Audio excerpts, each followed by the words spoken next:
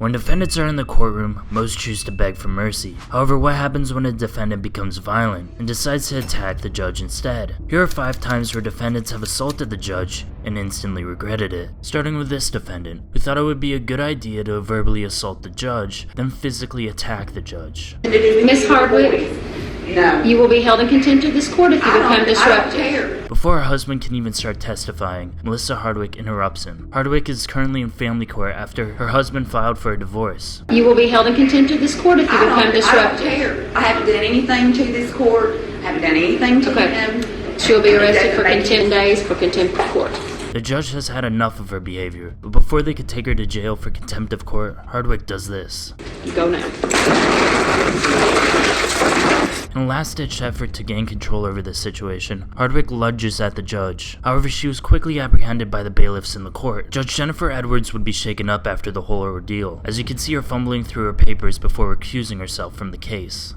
A new judge will have to be appointed to represent because she will be charged criminally for the threats that were made in open court today. Hardwick would receive 120 days in jail for contempt of court. She would also be charged with terroristic threats, intimidating the judge, and resisting arrest. But instead of jail time, she would receive 5 years on probation. Hardwick is lucky that she only got probation, because the next defendant would not share the same fate. In a Pike, Mississippi courtroom, Sydney Newsome is in front of Judge Aubrey Rhymes, facing a domestic violence charge. Their interaction starts out calm, with Newsome looking at through his paperwork and even hitting a little dance. Then Newsome's mother and brother arrive, where Newsome takes a step towards them before the bailiff tells him otherwise. At this point, it is obvious that Newsome is not all there, but the court continues. Newsome's family is signaled by the judge to take a seat, then Newsome is ordered to take a seat and sign a paper. However, something agitates him, and he quickly stands up and confronts the judge. Judge Rhymes signals for Newsome to be removed from the court as he is getting aggressive. Then all hell breaks loose. Newsome tries to lunge at the judge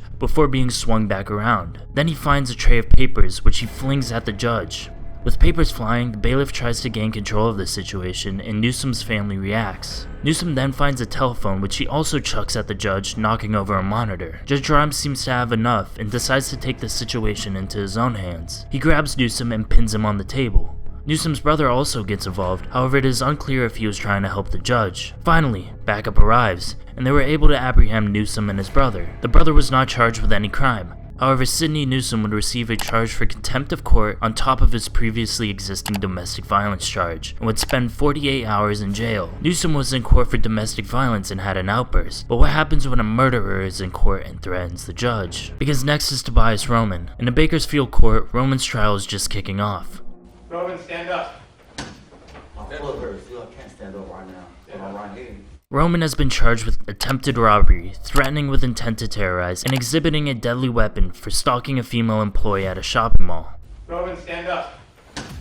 My foot hurts. I can't stand up right now. I'm right here. Already, his hearing is off to a bad start, as he denies the judge's orders to stand up. Stand up, Roman. Finally, Roman gets to his feet, but not before threatening the judge. The judge proceeds to ask for Roman's name. Mr. Roman, what is your true and correct name? Tobias, my first name. That's it. Giggles or Tobias. That's it. Don't call me nothing else. Did robbery, It's all second right, it's all degree. right, Hey, bro. Mr. Roman, you need to be quiet. Yeah, you need to be quiet. You got one more chance and then you're going to be removed from the courtroom.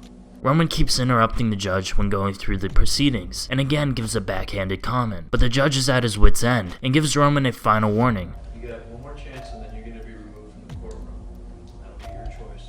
For a second it seems as if Roman has quieted down, but then he claps right back. Go ahead. You're in. Alright, you need to leave. Before leaving the courtroom, Roman has one more thing to say to the judge.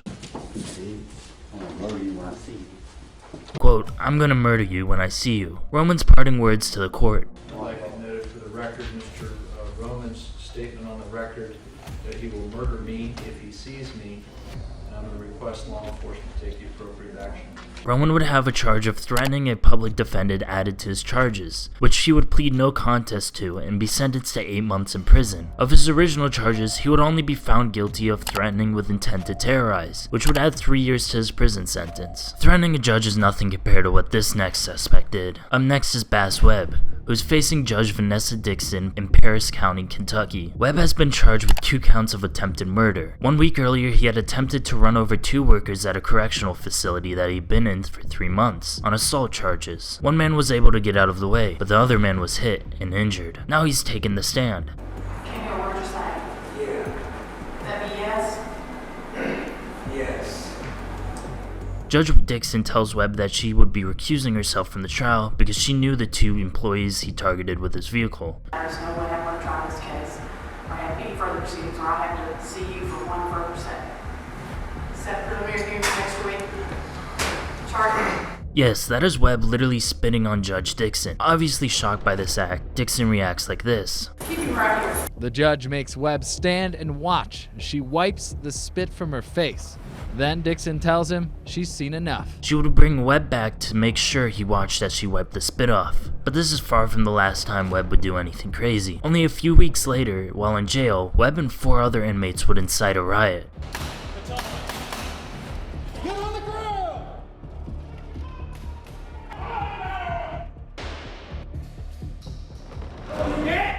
After being shot multiple times with beanbag bullets and hit with a pepper ball, Webb attacks officers with a metal telephone box. But Webb's bad behavior does not stop there.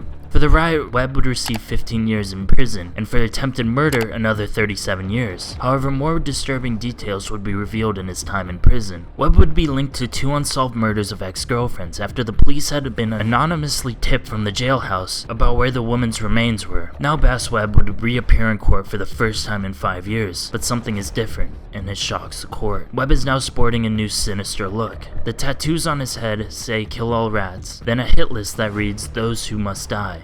All judges, all prosecutors, all cops, all media, and crossed out already, Rat 1, Rat 2, and Rat 3. On the other side of his head, Webb has an expletive that we cannot show. Mr. Webb, do you want to come forward?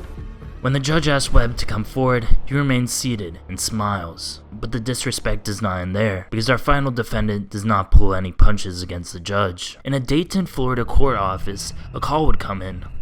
Communications, Warhurst. Yeah, I want to report a crime that's about to happen. What do you mean a crime that's about to happen? Yeah, there's about to be a crime that's going to happen if my kids don't come back to me, you stupid bitch. Because your stupid judges don't want to bring people to courtrooms. I got a gun pointed at your building.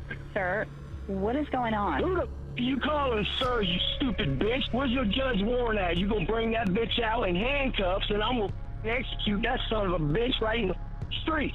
I'm letting you know I'm gonna shoot this bitch. You gonna give me my kids? Where are you at, sir? I just told you I'm outside of her building waiting for her to get there in the morning. I'm gonna pop a cap in that bitch. You stupid. This call was made from Alan McCarty, who was threatening the judge of his trial if he did not get custody over his children. McCarty would be arrested and charged with making threats against the judge. A year later, he would make his first court appearance. No, I'm not. I'm not under oath. All right, raise your right hand. I'm going to swear you in. I'm not under oath. Verbally assaulting the judge is not the best way to get in the good graces of the court. You're still going to threaten me like you did the other day? Threaten you to participate here? No, you threatened my life the other day. Thank you. I am not under oath. This is being done unconstitutionally. Y'all took my kids unrightfully. You want to allow my witnesses here? McCarty is adamantly demanding that he has not been sworn in. This is because he believes that the law does not apply to him. You want to allow my paperwork? Y'all took all my court paperwork. And when they all come in here, I'm going to say the same thing. So let's bring them in. Quit wasting my time and bring them in so I can tell them the same thing. Quit wasting my time and bring them in.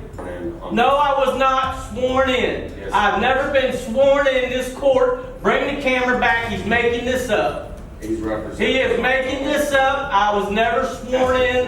I have not been sworn in at all. You're a liar. McCarty is taken out of the court because of the constant outbursts. He's found guilty and returns the following month for sentencing. What a bunch of guys, you stupid piece of You threatened my life, you you Back room. Suck my McCarty continues with his outbursts and is quickly sent to a room where he can watch the proceedings without disturbing the court. But McCarty does not want to move. hope you fall on that baby's head, you stupid never threaten that bitch. Freak, play back the shit, you stupid mother. Yeah, keep looking at me, boy. Even behind a one-way mirror in a soundproof room, McCarty is able to disturb the proceedings. Get up, you mother. Don't be around. What you gonna do? You wanna hit me? McCarty would receive 15 years for extortion and 5 years for threatening and unlawful harm.